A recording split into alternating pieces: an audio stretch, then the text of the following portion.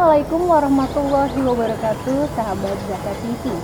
Generasi Cinta Sehat, itulah tema Hari Kesehatan Nasional tahun ini yang dicanangkan Menteri Kesehatan. Bersamaan aksi dalam peringatan Hari Kesehatan Nasional ke-50 akan menjadi momentum untuk meningkatkan komitmen dan aksi bersama. Meningkatkan kesadaran, kemauan, dan kemampuan individu, kelompok maupun masyarakat untuk peduli terhadap masalah kesehatan, serta berperan aktif dalam segala bentuk upaya menjaga kesehatan. Kuatkan Indonesia, bangun generasi sehat, kuat, dan produktif. Inilah judul yang akan kita bahas kali ini bersama saya, Rahmadita Aryani, dan Dr. Yahmid Setiawan, Direktur Rumah Sakit Rumah Sehat Terpadu Dompet Duafa. Assalamualaikum, dokter. Waalaikumsalam warahmatullahi wabarakatuh. Alhamdulillah sehat Mbak Dita dan sahabat Zakat TV yang berbahagia.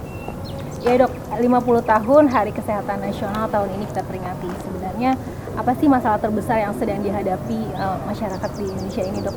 Ya, Mbak Dita dan sahabat Zakat TV yang berbahagia, ketika kita bicara tentang kondisi kesehatan bangsa kita, yaitu Indonesia, di Hari Kesehatan Nasional yang ke-50 ini, paling tidak di satu sisi ada hal-hal positif yang sudah kita raih dan kita capai. Namun dalam kesempatan ini saya ingin jelaskan ada 4 transisi masalah kesehatan di Indonesia yang terjadi hari ini yang menyebabkan beban ganda. Artinya adalah permasalahan yang sebelumnya belum kita selesaikan secara maksimal, namun kita sudah harus menghadapi masalah kesehatan yang lain. Nah, 4 jenis transisi inilah yang kiranya perlu menjadi perhatian kita bersama dalam rangka meningkatkan derajat kesehatan masyarakat Indonesia di masa-masa yang akan datang. Apa saja 4 jenis transisi itu? Yang pertama adalah berkaitan dengan transisi demografi. Maksudnya adalah negeri kita Indonesia, alhamdulillah, di satu sisi angka harapan hidup masyarakat Indonesia semakin meningkat.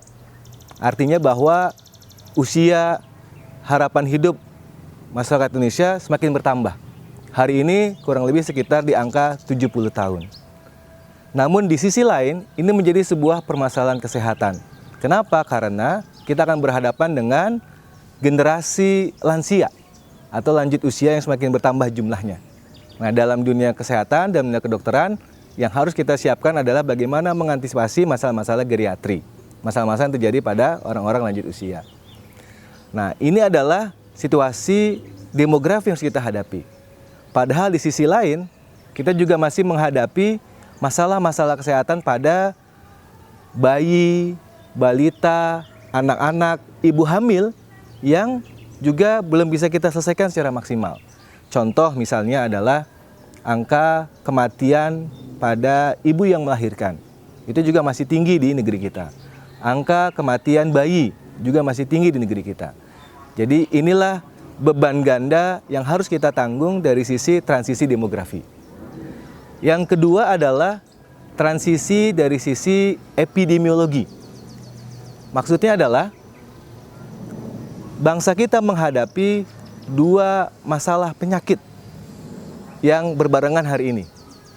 Sebelumnya kita berhadapan dengan penyakit-penyakit yang dimasuk dalam kelompok penyakit menular. Artinya penyakit yang bisa menular dari satu orang ke orang lain. Contohnya adalah seperti penyakit tuberkulosis, penyakit demam berdarah, ya, penyakit HIV, dan sebagainya. Ini masih menjadi masalah kesehatan kita secara keseluruhan. Contoh misalnya kasus tuberkulosis, kasus penyakit TB. Di Indonesia jumlah pasiennya masih sangat tinggi. Bahkan dikatakan Indonesia adalah peringkat nomor 4 di dunia untuk jumlah pasiennya. Lalu kasus demam berdarah. Seringkali angkanya meningkat ketika selesai pasca musim hujan di beberapa wilayah di negeri kita. Nah, ini penyakit-penyakit menular yang masih belum bisa kita selesaikan secara maksimal. Atau yang terbaru misalnya bagaimana kasus penyakit gigi gajah yang juga muncul kembali. Nah, ini penyakit-penyakit menular yang harus kita hadapi. Namun di sisi lain, secara transisi epidemiologi, hari ini bangsa kita juga berhadapan dengan masalah penyakit-penyakit tidak menular yang angkanya juga semakin meningkat. Contoh misalnya penyakit hipertensi atau darah tinggi, penyakit kencing manis atau diabetes mellitus, penyakit kanker, dan penyakit lainnya yang ternyata secara jumlah pasien juga meningkat. Ini secara epidemiologi. Yang ketiga adalah transisi gizi. Nah, ternyata hari ini negeri kita menghadapi masalah dari sisi gizi berkaitan dengan semakin bertambahnya jumlah penduduk kita yang mengalami gizi lebih, yang disebut dengan obesitas, baik mulai dari usia anak maupun juga usia produktif. Ini terjadi karena pola makan yang kurang tepat. Namun di sisi lain, masyarakat kita juga masih mengalami yang namanya gizi kurang atau malnutrisi. Ya, hari-hari kita masih sering mendengar adanya kasus-kasus bayi dengan gizi buruk, gizi kurang yang muncul di media massa. Nah, ini disebut dengan transisi gizi. Nah, yang terakhir adalah masalah dengan transisi perilaku. Hari ini kita berhadapan dengan perilaku di masyarakat yang juga mulai berubah. Di antaranya adalah masyarakat kita hari ini cenderung suka kepada hal-hal yang sifatnya instan, yang tentunya dari aspek kesehatan memiliki masalah. Masyarakat kita hari ini cenderung terutama di perkotaan, di perkantoran, kurang beraktivitas, kurang bergerak. Tentu juga akan menimbulkan resiko-resiko penyakit tertentu. Nah, ini dari sisi perilaku. Dan di sisi yang lain juga masih banyak masyarakat kita yang memiliki pemahaman, pengetahuan akan mitos-mitos kesehatan yang sebenarnya salah. Yang itu merupakan warisan-warisan dari orang tua kita terdahulu, ternyata tidak sesuai dengan kaidah kesehatan dan pengobatan hari ini. Nah, inilah 4 masalah transisi kesehatan yang kita hadapi di bangsa Indonesia hari ini, Mbak Dita.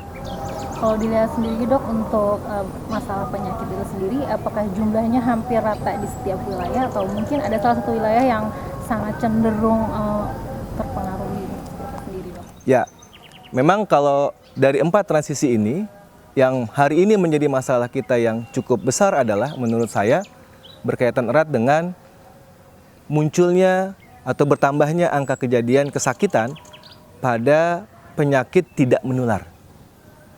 Jadi kelompok penyakit tidak menular ini di tahun 2000-an ke atas ini jumlah pasiennya meningkat. Bahkan hari ini menurut data Riskesdas dikatakan bahwa jumlah pasiennya melebihi pada kasus-kasus penyakit menular. Nah, ini merata di seluruh wilayah di Indonesia. Nah, hari ini inilah masalah yang kita sedang hadapi berkaitan erat dengan bertambahnya kasus-kasus penyakit tidak menular. Walaupun memang di sisi lain kita juga berhadapan dengan permasalahan akses pelayanan kesehatan. Walaupun memang hari ini kita bersyukur pemerintah sudah menjalankan program jaminan kesehatan nasional dengan BPJS sebagai operatornya, dan kiranya memang masih memiliki sisi kelebihan dan sisi kekurangan yang harus terus kita evaluasi dan kita perbaiki. Jadi memang kalau secara kewilayahan, kalau berkaitan dengan penyakit tidak menular, hampir merata di seluruh negara kita meningkat angka kasus yang Mbak Dita. Ya baik dokter, masih banyak sepertinya informasi yang akan kita bahas kali ini ya. Salah. Ya, sahabat Zakat TV, jangan kemana-mana, talk show akan kembali setelah yang berikut ini.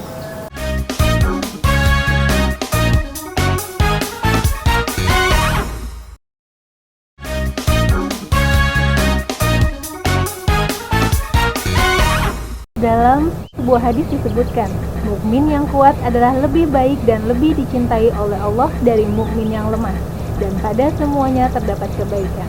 Bersemangatlah terhadap hal-hal yang bermanfaat bagimu, dan mohonlah pertolongan Allah, serta janganlah merasa lemah. Ya dok, meruntut dari hadis ini bahwa mukmin yang kuat lebih baik dan cintai Allah dari mukmin yang lemah. Jika menelisik sedikit dok, kira-kira apa sih dok yang kita bisa ambil dari hadis ini?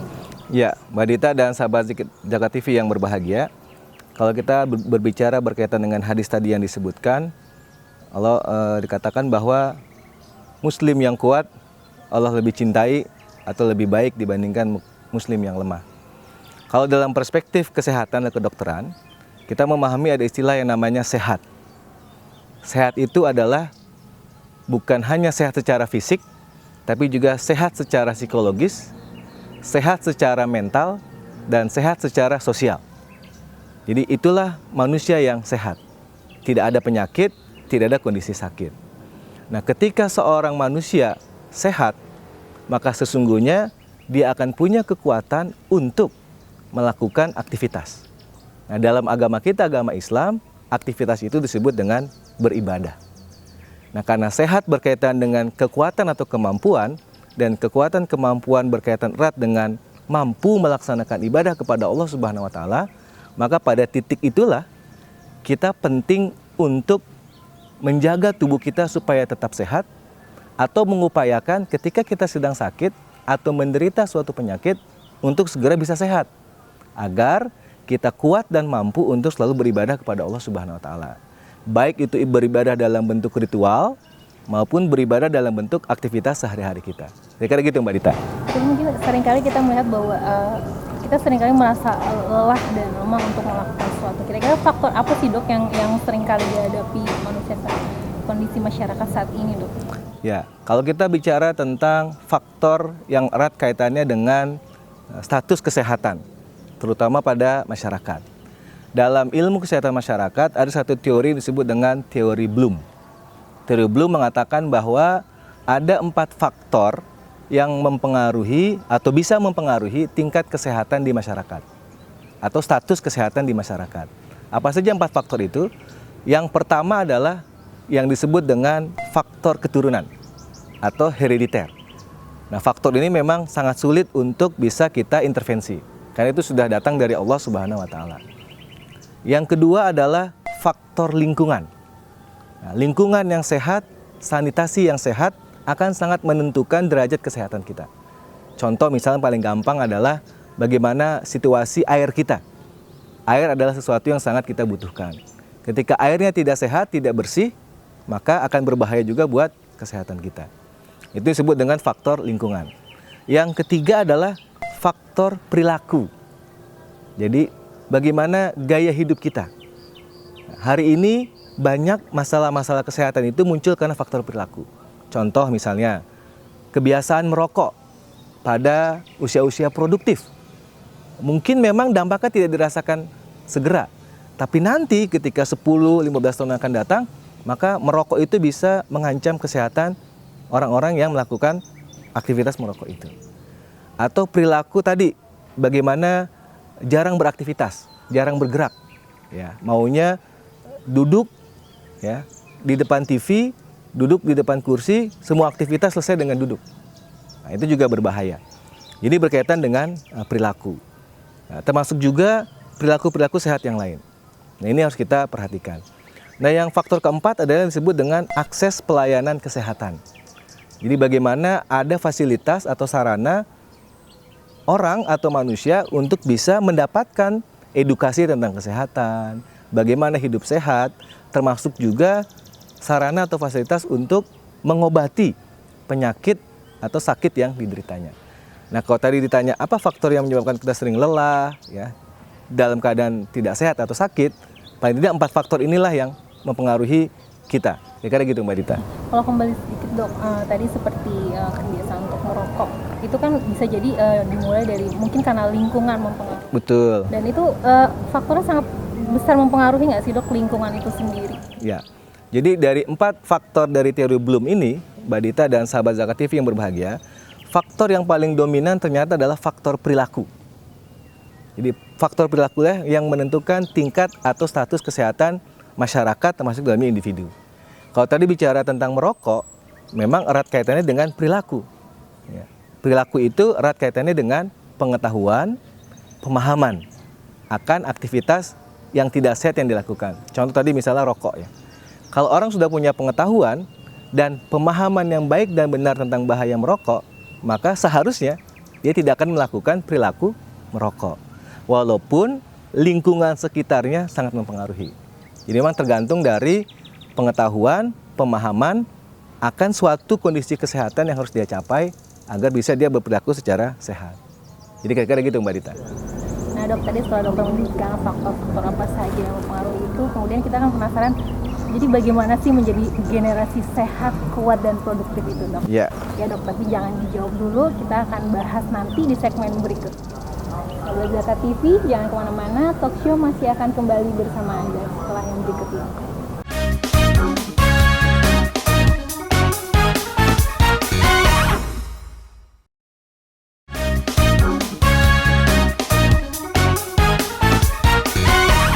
Sahabat Zakat TV masih kembali bersama Talk Show. Setelah tadi kita membahas problematika kesehatan yang tengah dihadapi bangsa Indonesia saat ini kita akan membahas bagaimana caranya menjadi pribadi yang sehat, kuat, dan produktif.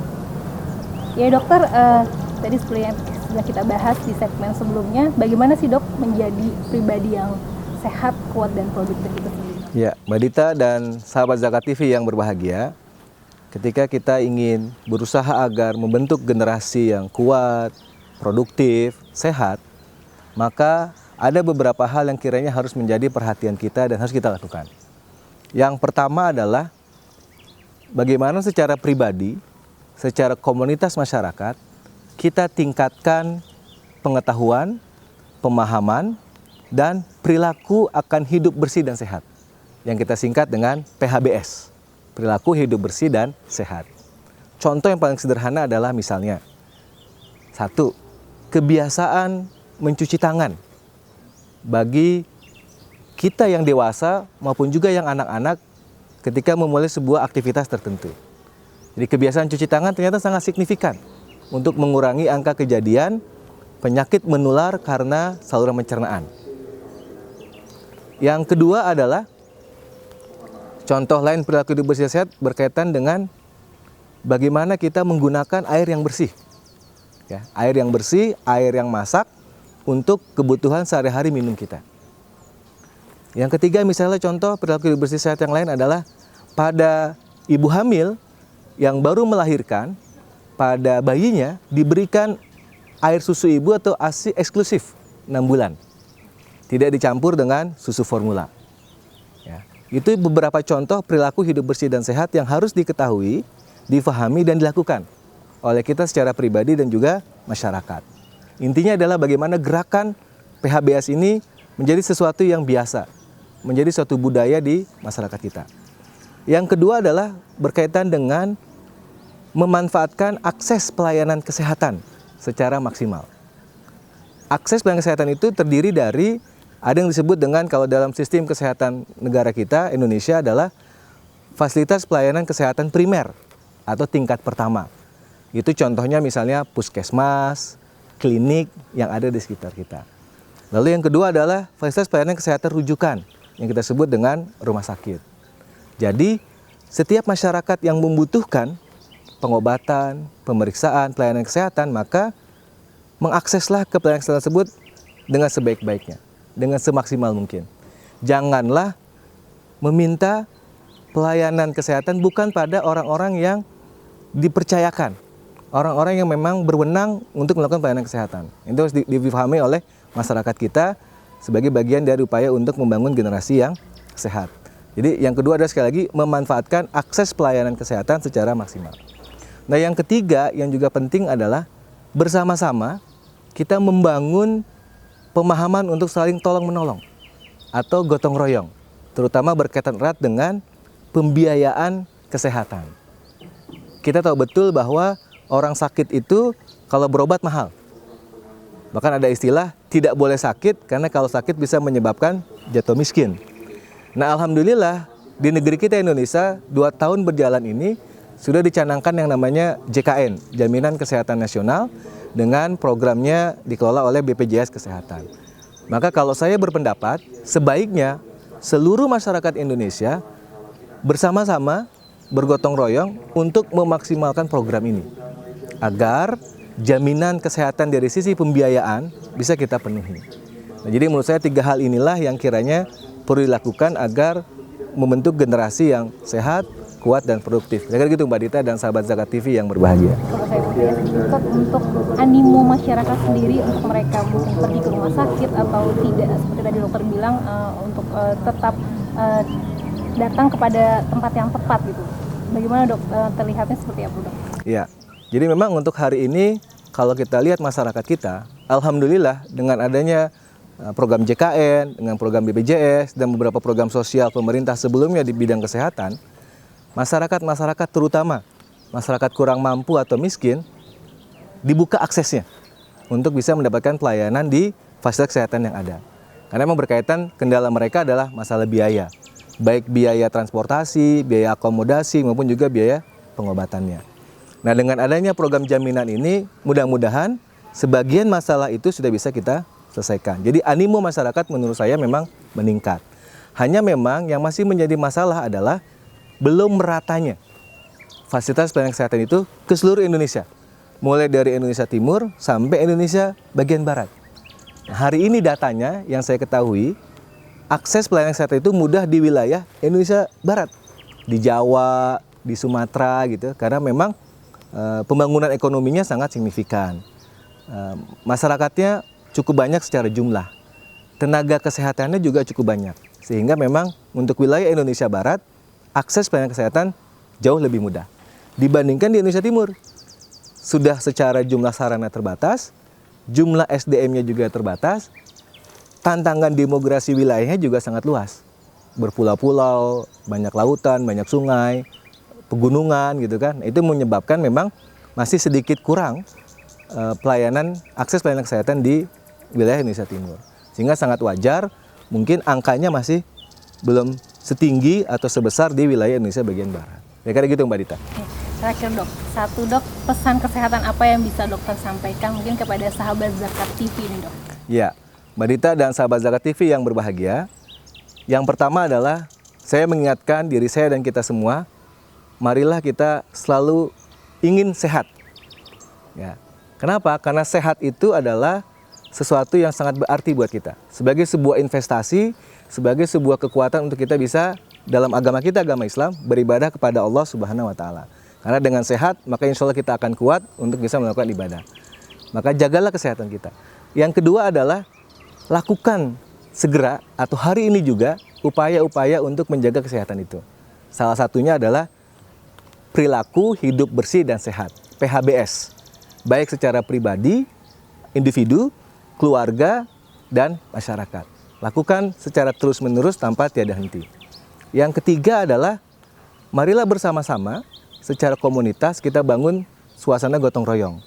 Baik gotong royong dalam arti menjaga lingkungan, kebersihan, dan juga gotong royong dalam sisi jaminan kesehatan yang ada hari ini. Jadi manfaatkan itu semua dengan semaksimal mungkin. Mudah-mudahan Indonesia sehat bukanlah hanya sebuah mimpi, tapi akan kita capai di masa-masa yang akan datang. Ya kira gitu Mbak Dita dan sahabat Zakat TV yang berbahagia. Ya sahabat Zakat TV, setelah tadi Dr. Yahmi membagikan pesan kesehatan yakni perilaku bersih dan sehat, dan tadi sekaligus menutup perjumpaan talk show kita kali ini. Ya, dokter, terima kasih atas perbincangan kita. Sama-sama Mbak Dita dan sahabat Zakat TV yang berbahagia. Ya, dok. Assalamualaikum dok. Waalaikumsalam warahmatullahi wabarakatuh. Dengan berakhirnya segmen tadi sekaligus menutup perjumpaan talk show